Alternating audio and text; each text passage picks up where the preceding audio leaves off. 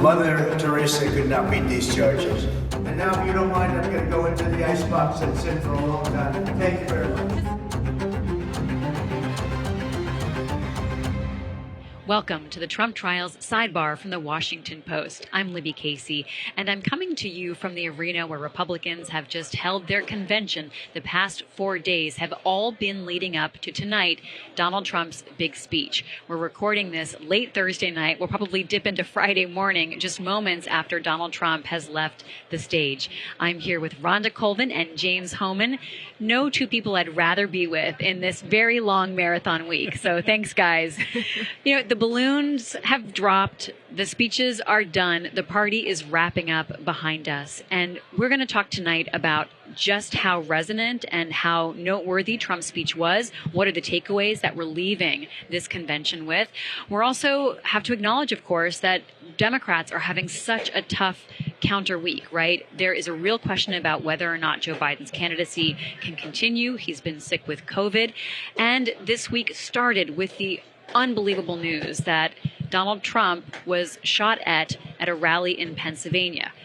Another thing that happened this week, we have seen the continued fallout from the immunity decision from the Supreme Court, a court that Donald Trump appointed 3 conservative justices to. Those justices created a majority to decide that President Trump, a president, is immune for acts done in the service of the presidency in office. That case was literally called Trump versus the United States. So much news. Let's start with tonight. And we're taping this again Thursday night. This will be in your feed on Friday. But we wanted to give you the freshest experience of this night. We're hearing balloons pop behind us as people sort of close up shop. Rhonda, what were the big noteworthy moments of Donald Trump's speech tonight? Well, I think everyone, he had a captive audience at the beginning when he came out and said that he would talk about the shooting incident and would only talk about it once. This would be the last time. And it was almost as if the whole room, this whole huge arena, just stopped what they were doing to listen in on that. He did a play-by-play. He discussed how he turned his head to reference to a chart that was on the side. The chart was about illegal immigration numbers, according to his campaign. And he was shot at and said had he not turned his head, it would have been a different story. So the mood in here was somber. I think everyone wanted to hear from him on that.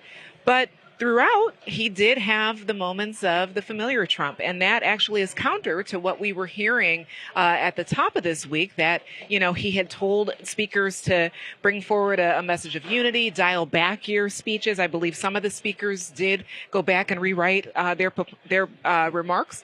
But we didn't exactly meet a new or transformed Trump. And I think a lot of people were curious if the shooting incident may have changed him. And I don't think the bulk of the speech really exhibited that. I think it was a lot of common refrains we've heard from him before. It was over an hour and a half, and this was a chance to have a captive audience. Not the people in this room. They're going to love whatever Donald Trump says or does. They're his ride or die, right? But this was a chance for him to talk to Americans who have doubts, who are unsure if he is the person they want, if they want to do this whole Trump presidency thing all over again. And he had a chance to show them he was a changed man, that he had ideas to take America into the future. And what did we hear instead? He squandered a golden opportunity to rebrand, and he really kind of said what was clearly written down, the teleprompter Trump part. I thought the first 20 minutes of the speech was really strong, subdued, chilling. You feel for him. You're so happy that he's alive. And I was like watching Melania, who was sitting in the Friends and Families booth, and I just cannot imagine what she as a spouse and what his children and grandchildren lived through on Saturday. And it's like everyone in the room here was like reliving it with him. And I just want to pause on that for a moment, because when he said, I shouldn't be here. I mean, first he talked about sort of God that sort of, protected him in a way. I'm paraphrasing. But then he later said, I shouldn't even be here. And the crowd said, yes, you should. And it was like they wanted to reassure him. It's like the whole crowd here wanted to wrap their arms around Donald Trump and like protect him and reassure him in the way that I think that they often feel protected and reassured by him, at least in this room. Yeah. But then he jumped off the teleprompter, James, and what happened? Yeah, and so he says, let's get rid of discord, and then he proceeded to do the thing a lot of speakers did this week, which is conflate a bunch of his critics and perceived enemies into sort of an unspecified they, like they're coming after me. And he said if the Democrats really want unity, they should drop all the charges against me in all the cases and stop the witch hunts, he said at one point. And he didn't call for temperatures to cool on his side. He didn't say, let's watch the rhetoric. There was no introspection. It just sort of, it felt like there was the top, and then he kind of went back to the same old Trump. Yeah, it even seemed physically he was different, because when he started, his voice was lower.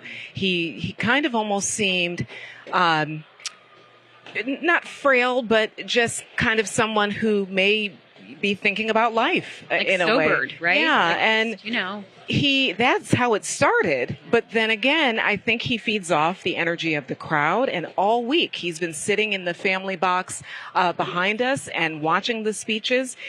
This is, the energy that he has at rallies, and he's had it for a straight week. So he's feeding off of that as well. And that sort of invites that other Trump, where you see him go off the teleprompter remarks, where you see him bring in, some of the best hits, the greatest hits that he usually has at most of his rallies, that are no different from the rallies preceding the shooting, and also the rallies back in 2016 and 2020 as well.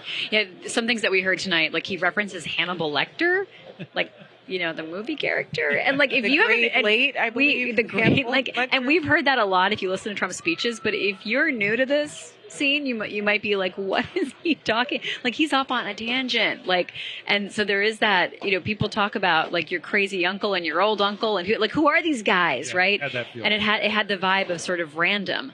But if you're steeped in Trump world, that was not surprising, right? But if you're coming to this with fresh ears and eyes, it might have been surprising. We could see the teleprompter behind us, and we also saw his prepared remarks, but prepared remarks can change. Right. But we could see the teleprompter, and we could tell when he was going off script. And I'm glad you brought up the legal cases, James, because just explain a little more about how we were wondering how he would bring his legal woes into this night. So he actually mentioned Eileen Cannon by name and said a highly respected federal judge who he appointed to the bench. Eileen Cannon dismissed all the charges against me. He kind of overstated what she did, and sort of then used that to say, it's all BS, everything that they're throwing at me. And it's finally, then he tied it to, he said, I've spent now 8 years facing witch hunt after witch hunt, going back to the Mueller probe and the Russia stuff. So he wants to be a martyr. He likes playing the role of victim, self-victimization, and like, they're coming after me, I'm fighting for you, I stand in between you and them. He didn't say, I'm your revenge, I'm your retribution, but he came pretty close to saying that's why we have to win. And then in kind of another thing that was way off script, that was definitely not what his campaign wanted him to be talking about, he started talking about the phony 2020 election, the rigged 2020 election, and basically like relitigating his defeat 4 years ago, which is, I think, off-putting to a lot of the voters he is going to need to get over the finish line. Yeah, Republicans have wanted him to stay away from that. Republican voters, national Republicans, lawmakers, they've wanted him to get off of that refrain about the election. But I did notice that, too, and he also called it a ridiculous election, and we're not going to let that happen again. So you can tell it's still a sore point for him. But yeah, as you mentioned, he did say that they've been after him for 8 years. I was thinking about the Mueller probe, the first impeachment in the House as well, and down the line. He did say that Democrats need to stop weaponizing the justice system. So yeah, very pointed remarks. This is clearly what animates and motivates him. We heard the last couple days. This is so important. You said something so important. Yeah. This is what animates and motivates him. Yes. That's really important. And it's at odds with the picture of the last couple of days, where you saw his granddaughter yesterday, talking about how he's running for me and, the family, and he's a, really compassionate and empathetic, and he's doing this for his grandchildren, and like he's doing this for you. He's doing this for you. And, he didn't need to do this. And we heard over and over again this week people say he was a rich, powerful, happy guy, and he stepped up to serve his country and do this for you. And he's coming back out to do this for you. Yeah. but that's not what we heard tonight. Right, and that's I think we heard something closer to the truth. So let's talk about the general vibe and the mood that we've been hearing them try to set this week. And I'm curious, Rhonda, about how you think the arc of the week went, how they started. It's like how it started and how it ended, right? How did it start and how did it end tonight? I think the first night we heard from a lot of lawmakers. The second night as well, we've heard from many members of Congress on the Republican side. We've heard from some of the national Republicans that a lot of people are familiar with. We've heard sprinkled in, as you mentioned, stories from women who were in the administration, like Sarah Huckabee Sanders and Kellyanne Conway talking about the gentler side. Huckabee Sanders talked about children in Trump, and there was that idea that this was, humanizing him.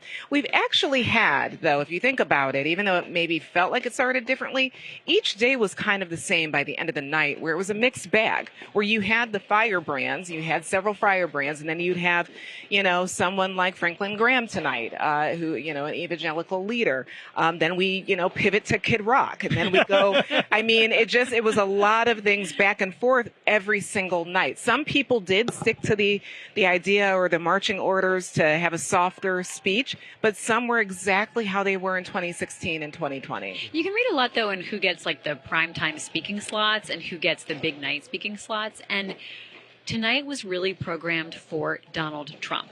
This was what he wanted. So he came on stage and talked glowingly and great length about Dana White, who's the UFC. I'm sorry, guys, I'm going to botch this. I'm sorry, I'm not a wrestling fan. The president of the UFC. Yeah. Did I get that right? Yeah. Thank you. I know my wrestling stuff well enough. So Dana White flies here from vacation, gives this introduction to Donald Trump, and then Trump goes on and on about how, comes out of vacation and his wife, and it's this meant so much to Donald Trump. It clearly was very important to him. He said Dana White was his first, second, and third choice to introduce him. But that is usually a job left for the first lady or the potential first lady. Yeah, a family member. Someone very his intimate. Daughters. Yeah, totally. So I don't think anyone else really cared that Dana White introduced him. It's not even like someone who's Hulk Hogan talked earlier, and then we saw Kid Rock play. This was a night programmed for Donald Trump, and it translated strength, literal muscles. Hulk Hogan ripped off his shirt, and real testosterone. Right, tonight was the juiced up night, T-level night. Yeah, it was the least cohesive of the four. It did have that undercurrent. There actually were very clear themes. The economy, safety, security, and this was the least disciplined Thursday night in terms of being on time. There were a lot of breaks, and we're what are they waiting for? The former first lady? Are they? What's happening backstage? That's hey, the band in between was great.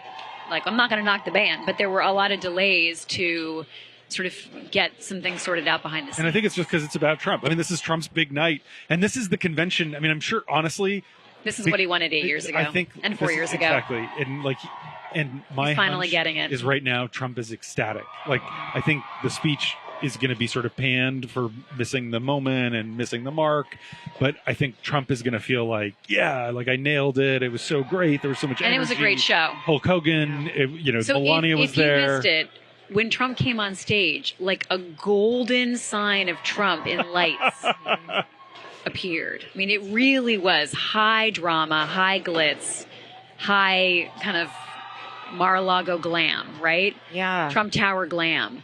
But so he may feel great about it. But the question is, how does the American public feel about a Trump program tonight? If you're doing the convention for an audience of one, where does everybody else fit into that? That's the question. We'll have to see how this resonates with the public, if it changes anything about the static polling that we've seen between Biden or the Democrats and Trump. I think there were missed opportunities, as we were talking about earlier, that he didn't mention anything about Biden calling him. He did not seem to want to extend the olive branch back to Biden, who said he did call to check on him. I'm sure it was a brief conversation, but he did call. And then he held an Oval Office address to talk about political violence and talk about the investigation into any security lapses. And Biden had he had given two other, speeches and comments about the shooting. So that might have won people over and might have signaled to people who are in the middle that, oh, well, maybe I'll give him a second look, Trump a second look. But there really wasn't anything different. And so the news reporting that people who may not have watched the whole thing, what they will get tomorrow morning, is kind of pretty much the same. And pretty much the same is the problem that a lot of Americans have. We've reported extensively that there's an enthusiasm gap in this election. And I don't think anybody is really, I mean, you said Trump may be very jazzed about this right now. I'm sure he is. I don't know if the voters he needs to win, which are that middle group, are going to change after tonight. So let's look forward to the campaign trail. What do Donald Trump and J.D. Vance have planned next? And then what have Democrats been doing this week? And what are they doing in the next couple of days, James? They don't know. They don't know. Talk to us about Trump and Vance. Trump first. and Vance are going to have their first joint rally in Grand Rapids, Michigan, in western Michigan. It's actually super interesting because the congresswoman there, Hillary Scholten, was elected. It was formerly Justin Amash's seat, and then the Peter Meyer, the heir to the supermarket fortune, and then he lost in the primary or whatever. He lost the seat, and it's a frontline Democrat. It's a Republican-leaning district. She actually came out and said Biden needs to drop out, and the Biden team / the Michigan Democratic Party retaliated by cutting her off. They kicked her out of the coordinated campaign and said, you're dead to us, basically. And then Democrats got really angry. It was reported, and then the Biden campaign backed off and said, no, we're not going to cut her off, because it would be like cutting off turnout in this key part of western Michigan. Cutting off your nose to spite your face. Exactly. I think that's what they would say. It used to be Gerald Ford's congressional district, interestingly enough. Anyway, this is the kind of part of Michigan where they need to run up the score. It is very much. It's funny because Rhonda's from Ohio, and I'm from Minnesota, and to us Midwesterners, it's kind of funny that it's like, oh, this guy from Ohio is going to appeal to people in Michigan, right? Because of the rivalry between Michigan and Ohio. You're not all the same, guys. I know, it's just like it's like Michigan hates Ohio. We saw it on the convention floor this week. But I do think it's true that the bet Trump is sort of like JD is going to help with the white working class, and it's notable that they're doing their first rally there. And meanwhile, Democrats are in disarray. As cliche as that is, it could not be more true right now. I think there's a widespread expectation among senior Democrats that Biden now probably will drop out. Biden appears to still be resisting. His spokespeople are saying that it's not true that he's thinking about dropping out, but there have been a series of stories that indicate that Nancy Pelosi, Hakeem Jeffries, Chuck Schumer, Barack Obama have all conveyed to the former president privately that he isn't going to win and that he's going to cost Democrats the House and Senate if he stays in. Biden is fighting COVID. He's in Rehoboth, isolated at his beach house. So it's a weird moment. And and so there's also this fevered speculation, which is never helpful. Is like, is he going to drop out? Right. Is he going to drop out? It's very hard to sort of like put that genie back in the bottle. And I think everyone on the Democratic side wants to get this resolved as soon as possible, right? They don't want days and days and days of uncertainty. But it was always, if Biden was going to drop out, it wasn't going to happen during the Republican convention. But that is going to be this big question mark. And then the question mark after that is, if Biden drops out, which is an if, then does Kamala Harris get coronated, or is there a real contest? Who would challenge her? So that is the story now turns back to Democrats. And it's ironic because really for the last 8 years, Republicans dominate all the attention. They suck up all the oxygen. Democrats are always the secondary story. But since the debate on June 27th, with the exception of the last couple nights, it's the Democrats have been the storyline. Yeah. Rhonda, Donald Trump tried not to say Joe Biden's name during his speech, but he let one slip, right? He said it once, and then he was like, I'm not going to say it again. There has been a growing focus this week on Biden-Harris, and a lot of the Republicans on stage, a fair number of Republicans on stage were mispronouncing Kamala Harris's name, seemingly intentionally. Yeah. They're talking about her more and more as a focus point. Yeah, it's because they see her as the primary backup, that if Biden does step away from the campaign, that she would be the next person. We're in such interesting times to be political reporters because we also have no indication of how this is going to play out, where this is going to lead. At this point, the DNC is only a few weeks away, and there's just so much uncertainty at how that will even play out. Will that go into, I've said this actually for a few months now, that we all need to look at the rules of, brokered conventions and what that means, or mini primaries. That's another phrase that's been floated around. But you almost wonder, too, if it does give the Democrats slightly an edge that the Republicans this week have not had an opponent by name to go after. So that they did the Biden-Harris, or I've heard, Harris-Biden. I just wonder if that also gives them the edge that they don't have an opponent to talk about their record or make a villain at this convention. I've also been thinking that, when talking to voters, everyone's saying, I wish we didn't have these two guys. We again have covered that extensively, the enthusiasm gap. Does that what also if voters give get their wish? Yeah, well, that's what I'm saying. Yeah. That actually might be an additional edge for Democrats who will say, okay, we're bringing somebody new, fresh, and then that brings in and excites voters. So again, interesting times to be a reporter in politics, also tiring times, but I'm sure we'll get some sleep in between it. Okay, one thing we've got to talk about briefly is an update on Trump's legal cases. So let's just run through these. There's been an appeal filed in the Florida case. Yep. Tell us more. Yeah, so Jack Smith filed a motion, basically a notice of appeal. So he said, I'm going to appeal this decision by Eileen Cannon to the 11th Circuit.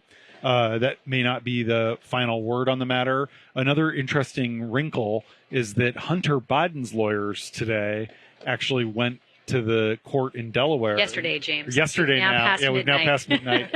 Hunter Biden's lawyers said, if we should get our charges thrown out because we were also prosecuted by a special counsel. Prosecutor, yes. Yeah, and so that's kind of a funny wrinkle if Hunter Biden ends up getting off.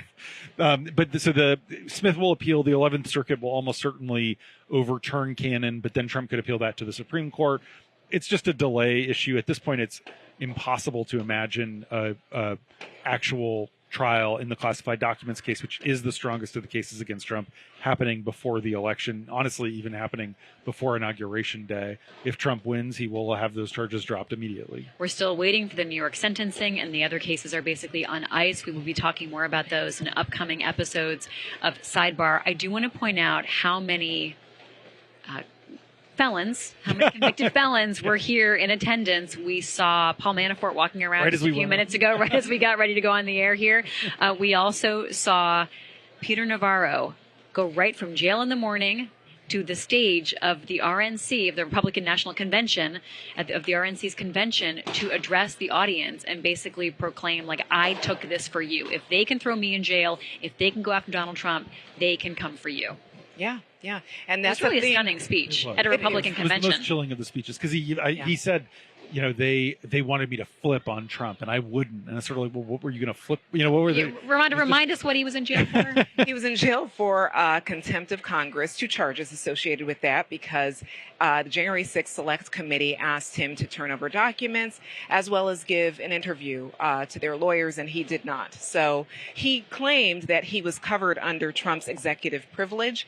They said no. Even Chief Justice John Roberts threw back the Navarro's claims that his case needed to be thrown out. And Roberts said, no, looks good to me. The lower courts, ruled properly. Yeah, so he was in jail for not complying with the subpoena. It's right, not like right. It's not like it was a... And most people in this room, I know he was saying that you're going to have to face this too. They're coming after you. Most people in this room will not see a congressional subpoena.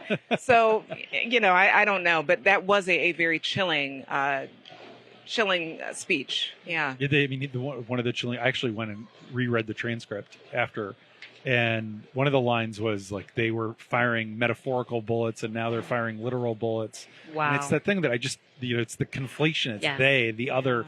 And he said, their government is going to come after us. So we have to have it be our government. And there isn't a their government or our government. There's a government. And there is this zero-sum thinking. And it is sort of scary, honestly, because you can the Trump speech isn't happening in a vacuum. You can look at all these other people who are talking too, and you can look at what they've said in other contexts, and they clearly do have this idea that they want to weaponize the Justice Department. They don't think that the Justice Department should be independent, and they want to retaliate. They see that Democrats have gone after them, so they want to go after Democrats, and that could take us to a very bad place. The hour after Donald Trump was shot at that rally, I interviewed a delegate from California who was just off the plane to arrive here in Wisconsin to this terrifying news for her. And she said something along the lines of, first they went after him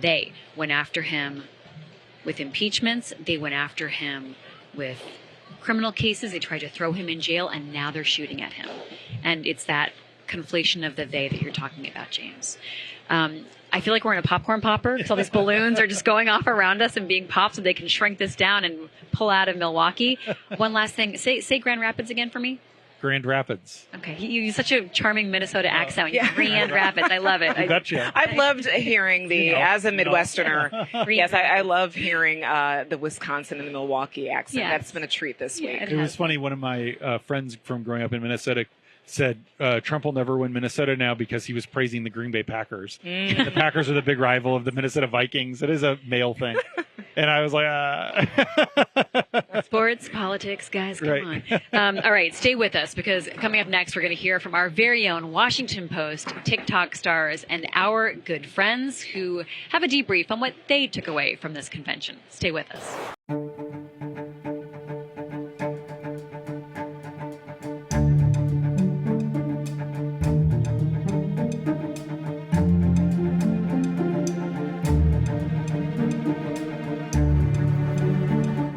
This is the Trump trials sidebar from the Washington Post. Conventions are a party. They're designed to be a family gathering or reunion of sorts, and it's a chance for the most fervent political junkies to come and celebrate their party and celebrate the nominee. It's also a chance to show off to the media, and we have seen it all this week, from pro wrestlers to... I lost it. Sorry, guys. I got it now, though.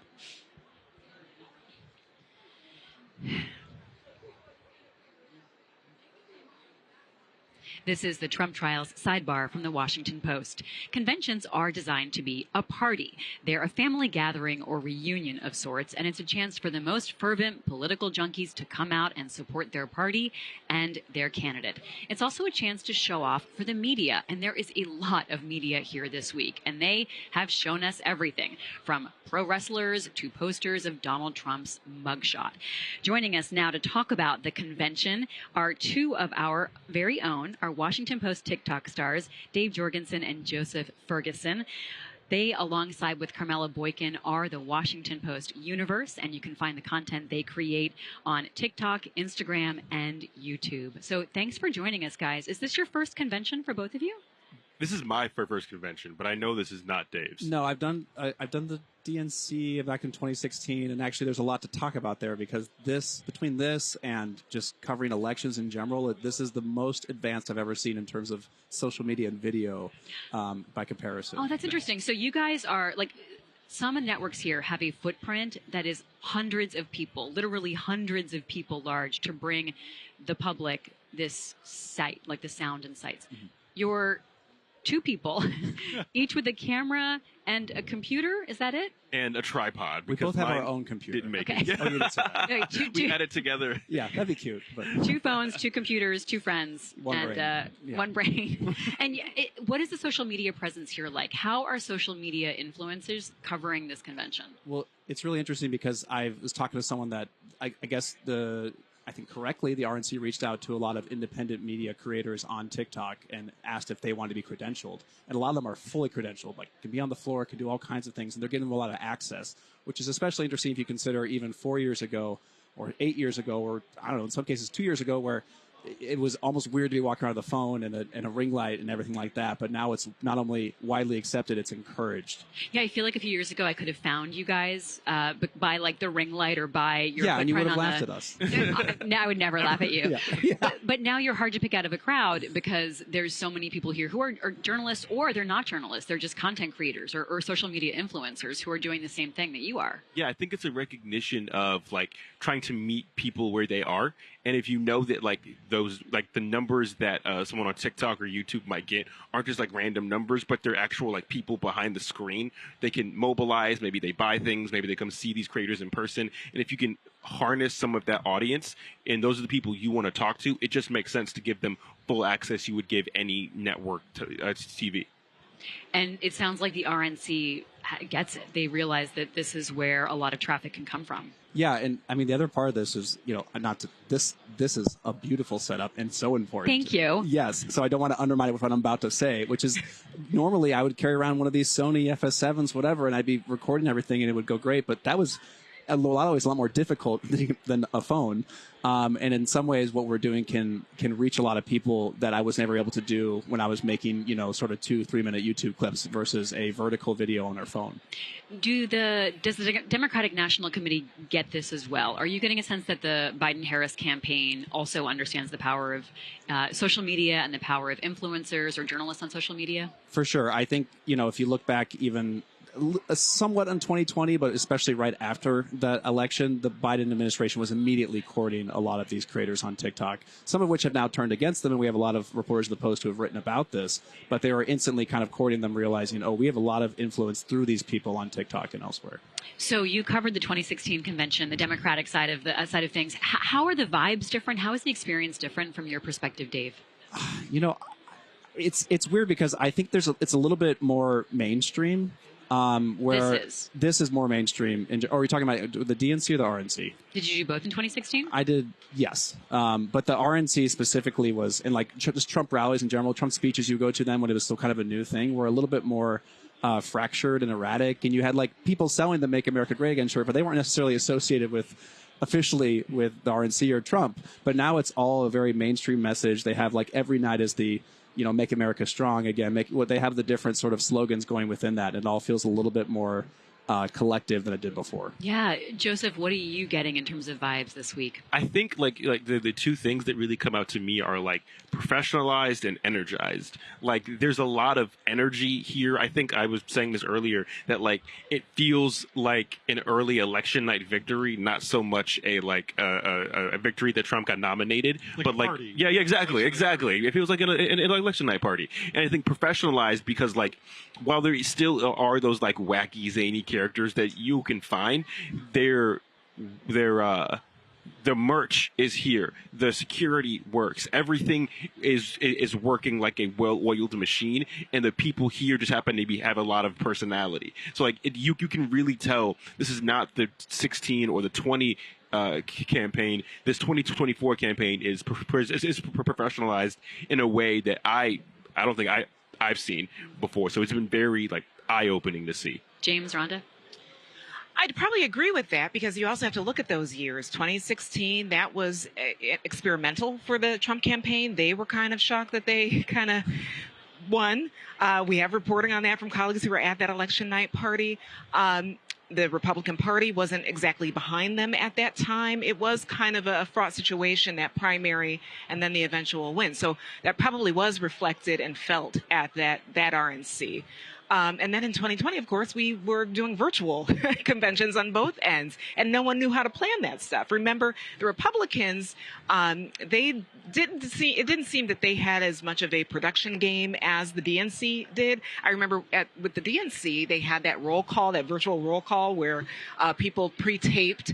Calamari guy, yeah. It was Rhode Island, right. He's now supporting Trump. Right, and you can remember that 4 years later. So I think that's why this almost feels like old school conventions, even though the problems we're dealing with right now and the stakes are not necessarily old school, but they are, the convention, at least the RNC right now, feels like it did, years ago. Yeah, what's your vibe check, James? Yeah, Democrats were divided in 2016 because the WikiLeaks posted all those, they were pilfered by the Russians, but the hacked DNC emails that showed that Debbie Wasserman Schultz and others had been sort of working behind the scenes to help Hillary Clinton over Bernie Sanders, which wasn't shocking. Obviously, that was sort of going on, but the Bernie Sanders folks were really angry. Debbie Wasserman Schultz ended up stepping down as DNC chair at the start of that week. And what was supposed to be this coronation of the first woman to be nominated by a major party was really marred by this kind of ideological tension and this internal fighting. And And I mean, it's but in 2016 the RNC was also even incredibly more so. fractured. Much there more were so. war fights breaking out, and and that RNC was really run by the old guard. I mean, Reince Priebus and Sean Spicer were like two of the top people, and they ended up going into the Trump White House. But they were establishment people, and they put the convention together. Trump sort of inherited it. Paul Manafort was Trump's sort of point person, ironically, at that convention. This time, I mean, I've never seen in the last decade Republicans this united. It really is stunning. I mean, there's a lot of people who aren't here. There's certainly no Mitt Romney, no Paul Ryan, Dick Cheney, Liz Cheney, former George W. presidents, Bush, former vice presidents, former former nominees, candidates, Susan right? Collins, Former nominees. Dan Quayle's not even here. But What? When you lose Not a Quayle. party. Not a party without Dan Quayle. Come on, guys. In a way, it feels like the insurgency is over. But the gone insurgents mainstream, are Exactly. Yeah. and so so the old guard has sort of been run out. We saw Mitch McConnell get booed here on the floor, and so it's kind of amazing how united Republicans are. They have rallied behind this guy. They've embraced him and his sort of ethos, and there's this tension too, because it's all like love, unity, peace as the top line message, but then they're all chanting, that's what they're saying, but then they're all chanting like fight, fight, fight. And they want Trump to be a fighter. They appreciate that he's a fighter. And this is because of the events last Saturday. Yeah, and we can't forget that Donald Trump's the guy who began his re-election campaign by playing the January 6th chorus and pledging to liberate those, like the political prisoners. And the question I think will be going forward, it's unity in this room, but is there going to be unity outside of this convention hall? And can they show Americans that there's a kind of unity that they want to be on board with? We're talking about a lot of very serious things on this podcast, but I want to lighten it a little bit as we kind of coast out of here and turn our attention to the other breaking news that's happening all over the place. There is a real a joy and exuberance that comes from conventions of any ilk, of any party, because if people just wear like this, like very quirky stuff, right? Like red, white, and blue is the big color scheme of the week. What are the most what are the biggest looks you guys have seen? What have you seen? Well, starting with red, white, and blue, I saw Uncle Sam today, and Joseph and I were very busy making TikToks, but it was important that I stop and take footage of Uncle Sam on a harmonica sing. There was a radio playing. He was trying to play along with it, and he also had the ear patch on, and it said "fight, fight, fight" on the like ear the patch. ear patch, like mimicking, And there was like Trump's ear patch. There was a microphone up to the harmonica too. So as he was dancing, he was moving both in sync, not like the boy band. And he was just like, it took a lot of coordination, and it made us like we were making a beeline to like shooting, and we were just like, yo, what is? I had to stop. We had to. Yeah. Well, we're overlooking where our booth is here. We're overlooking the flag. We're just feet from the floor, and there's one guy in the South Carolina delegation who has this giant Lincoln hat on, like it's huge, and it says like Lincoln on it. And every photographer of every agency has come by to photograph Mr. Lincoln hat guy. So if you see his picture, he's here. There's only one of him, though. I mean, that's the thing. If every agency gets a picture of him, it looks like everyone at the convention was wearing a giant Lincoln hat. What have you noticed, Rhonda? I've noticed a lot of sequined attire. Yes. Cowboy boots that are bedazzled all the way. Yeah. Which I wonder how long that takes, how much that costs. These are the questions I'm asking as I pass by that. I saw a woman wearing a bit of like an American Revolution garb. She was well received out in the outside of the. I saw a guy in a tri-corner hat, and then they were talking, and I thought, did they come here together, or is this like the start of a beautiful relationship? Right? I hope they met each other. Yes. Yeah. Yeah. Either they knew each other, or they are going to meet, or they fought in the Revolutionary War. I don't know. Yeah. Or they're like salt and vinegar. They're mad that they both had the same costume. I saw a guy. Go ahead. No, I was just gonna say I saw a guy dressed exactly like Lincoln. No, not Lincoln. Washington. Like in his like crossing the Delaware outfit. Was it him? That was him. It had to be him. Mm-hmm. Did it have a sign on it that said "Crossing the Delaware"? Or you just in my mind's your eye. history books. That's how he crossed the Yeah. Delaware. Yeah. What about you, James? The multiple people wearing the wall suits. Oh, yeah, that's a big suit, the wall you see that at suit, rallies yeah. too, but it's the wall suit, and it is. And to be serious again, I mean, they're on Wednesday night they were holding signs that said "mass deportation now," and it is like one of the more unifying for them. It That's is. unifying for Republicans. Yes. Messages. and I've seen a couple appeal to heaven flags, which was a flag that I don't think even a lot of people here had really embraced. But after the sort of the kerfuffle around Sam Alito's wife flying that appeal to heaven flag, there's a lot of people what the significance of that is. It's a Revolutionary War era flag with like a pine tree, and it says appeal to heaven. Martha Alito was flying it at their vacation house, and it was sort of criticized, and so the right has really embraced it, and there's a lot of people here who have. But it also has connection to January 6th. Yes, that's the. So, and there were people who had it on January 6th. And so it's seen as like a rallying flag of the January 6th attackers of the Capitol. And so when the Supreme Court Justice's wife flies it, it raised questions about what was the messaging there. I saw a woman yesterday who was literally just draped in a appeal to heaven flag, and that was just her dress. I'm sure we'll see all sorts of costumes at the DNC as well. This is not a single party thing. It's. I remember seeing at the DNC in Philadelphia just a live donkey walking down the street. Yes, the whole time. There was just a lot of farm animals about, but mostly donkeys. I'm serious. So are you ever mistaken for J.D. Vance, Dave? Always. I'm not J.D. Vance, nor is James. What is it, just like white guys with facial hair or something like that? See, that's the thing. At one hand, it's really funny, and I've been embracing the joke all week and enjoy it. But I'm like, the other hand, I'm like, there's a lot of us with beards, guys. But it's been a really fun premise for TikToks because we've been doing, we have like a lot of very, intricate TikToks that are fact-checking, RNC, all kinds of, and then I go, okay, let's make this really quick one where I pretend to be J.D. Vance, and that gets like 500,000 views. Oh like, my all right, gosh. come on. Well, I do have some fun facts for you because having a beard is not considered to have been very presidential in recent, decades, almost a century. The last man with a beard elected president was Benjamin Harrison back in 1888. And President Taft had facial hair more than 100 years ago. And I'm sure we all know about the last vice president with facial hair. Teddy Roosevelt. Nope. No, FDR's first vice president, whose name we both know. Say it again together. Herbert Hoover's vice president. Herbert Hoover. James, I think this is the first time I've ever heard you get a fact wrong. I guess, that's because it's through 1933. That's right, through 1933. But of course, yeah. So, it was Charles Curtis. I am reading this off a paper because... Yeah, he had like a mustache, and it was like almost walrus mustache. Like it kind of hangs down a bit, but but the beard is... anyway. Here's back Dave Jorgensen has normalized facial hair for all I've been trying for a long time. When I that. joined the workforce and following my graduation of college, which is also where Dane Quayle went, just to bring that back, fellow alum. It all comes back to I Quayle. remember having a beard my first job and be like, is this okay? But now it's like, yeah, it's definitely okay. So you broke something the hairy ceiling. Yes, I did. I'm just jealous. I can't do any of it. This is naked faced for 31 years. I think I'm sure we'll start seeing commercials for like how you too can grow a J.D. Vance massive beard on late night TV. Yeah. Number now. Another feature that we've been seeing, though, which is less lighthearted, is the ear patch, right? Because Donald Trump is supporting this ear patch. Now, we have not, and maybe we'll get it before the convention entirely wraps up, but we have not seen any medical readout of how Donald Trump's ear was injured, what exactly happened when he was shot at that rally last Saturday in Pennsylvania. But he's wearing this big patch. Is that what we're calling it? A bandage? Well, it's interesting because it kind of floats over it, though. That's what's so... I mean, certainly there's probably bandage, but it's just... Yeah, sort of covering the bandage or something. But a lot of people are donning that now as costume, James. Yeah, and people have embraced it as like a show of solidarity. It is, I think, one of the memorable symbols of this convention. It will be fascinating to see. I mean, we don't have Trump's actual medical details. We don't know a lot.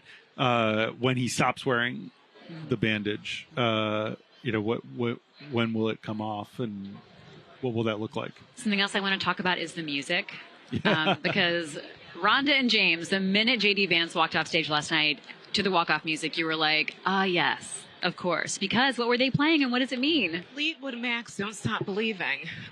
No. That's Journey. That's Journey. That's Journey. That is true. The cover band played "Don't Stop Believing." That's it. We've heard so many covers.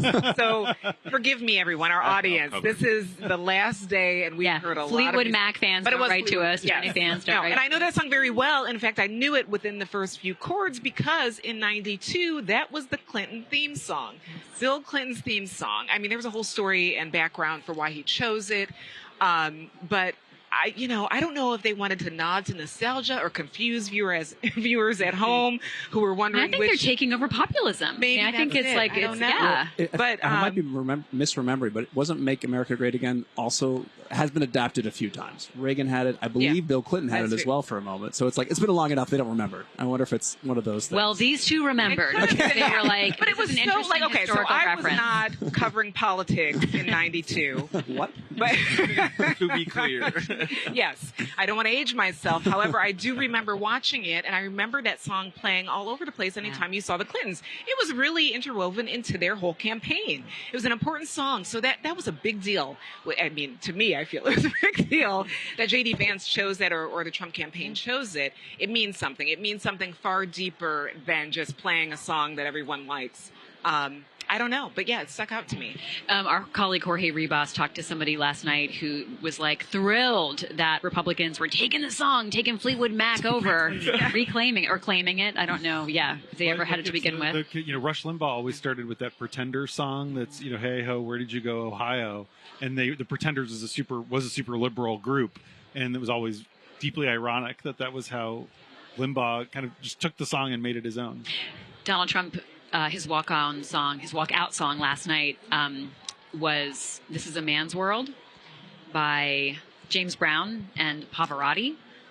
I mean, it doesn't get more on the nose than that. It's sort of like, one thing we were talking about earlier is you can't go overboard here at this convention. Like, there's no such thing as too much, too on the nose. Subtlety is not a concept here. No, it is just not very at all. much like, how can we hammer this? I actually said the other night, I was like, they're making subtle references to Biden's age, and Libby was like, they're not. What's subtle? Subtle, About them? like- There's nothing subtle at all. I saw a sign that just said he's old. Like, yeah. They teach us in journalism school, direct Yeah. to the It's point. the inverted pyramid of just information. Yeah. But with that choice of the song, and I said this on our live show. Back to the song. Yeah, Which song? The James Brown song Maybe or the I'm Fleetwood thinking- Mac song? This is a man's world. Walking out to that, what's the second sentence after that in the lyrics? This is a man's world, And but it ain't With nothing. women, Shazam, help me. it ain't nothing without a woman. Yeah. But So then Melania was not there. she was not Yeah. there, and I just wonder, did they listen to the rest of the song? Because my mind went to, it does point out that his wife is not with him and has not really Which been is at a lot. so unusual. but That's see- so atypical for a convention. that's why I'm in the mind of they're like, that's a cool song. I mean, you might be right that there's deeper meaning, but I feel like they're like, this is a man's world. Trump's like, that's the one. Well, that's what I think I'm a man. happened. Yeah. No, that's exactly what I think happened, but I don't Yeah. think anyone listened to the rest of the song. For sure. Right. And yeah, so, but maybe most people weren't thinking as hard as I was last night when that song came out. But that it totally reminded me. Wait, the former first lady is not here, Right. and hasn't really been around. And what does that mean for the campaign? Usha introduced her husband as well. And that was a lot of people, and a lot of people talked about that. Yeah, I mean, Usha Vance is part of J.D. Vance's story to Americans about why he should be likable, why he should be electable. It's part of his personal narrative, and she gave us some of that personal narrative on Thursday night. On Wednesday night, I don't remember what day of the week it is. All blur together. She gave us some of that narrative on Wednesday night when J.D. Vance spoke. And so, yeah, I mean, I think she's part of the story now. But Melania Trump has been conspicuously absent from so many events, even leading up to tonight, leading up to this and week. We've never really seen that in politics. Usually that was in the old school playbook. That was part of the package, the family. And we It are would be seeing that- scandalous not to It have the would First be, Lady yeah. not present. Think about all the politicians who have run who aren't married and how that becomes a talking point. I'm thinking about when Lindsey Graham ran in the primary. Or even Tim a few Scott. seconds- It's Tim like, Scott, someone Tim just made out Scott. of the it fact was- that he wasn't married at Yeah, first. yeah, he's now engaged, but that was a question. So it is interesting how a spouse plays a role, and really that hasn't affected Trump's popularity at all. That no one said anything about it, but we haven't seen her through the court appearances or really anything. So She did put out what Yeah, I thought was a true. poignant statement on Yeah. Sunday morning, and actually one of the things that she wrote in the statement. This was after Trump was shot at. Trump was shot at. Was they tried to take away my Donald and his love and passion for music and his enjoyment of sound and song. yeah, That I was think part of it. it's less about the commentary about their marriage right now. It's more about maybe a little bit of a societal shift where people just don't care. They're going to. I wonder if that's just about- a carve out for Donald Trump, though. There seems Yeah. to be a Donald Trump exception to the rule. You know, We'll see. and people I've talked to who are Trump lovers, they think Melania is great. They say she's beautiful, she's smart, she's such a good wife, and they are not fussed at all that she's not present. It's like, he's enough. He's enough for them. Well, thank you so much, Dave and Joseph. Thank you for sharing your RNC insights. How can people find your posts this week? On every platform that exists, basically. We're on TikTok at Washington Post. We're on Instagram and YouTube at Washington Post Universe.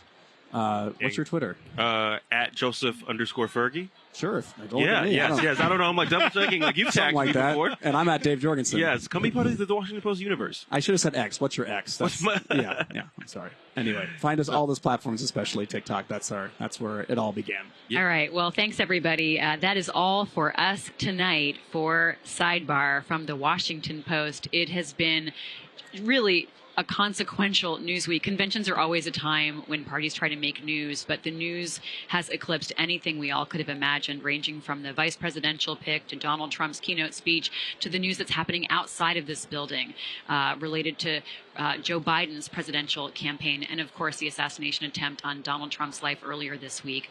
We'll be back with Sidebar next week on our regular day on Thursday, bringing you the latest news from Washington and hopefully the comfort of our own homes. After we all feel like we live here in Milwaukee now because days here feel like weeks and months. But we'll see you guys soon. I'm Libby Casey with Rhonda Colvin and James Homan. You can listen to Sidebar on your favorite podcast app or watch us on YouTube. Just look for Washington Post. We'll talk to you next week.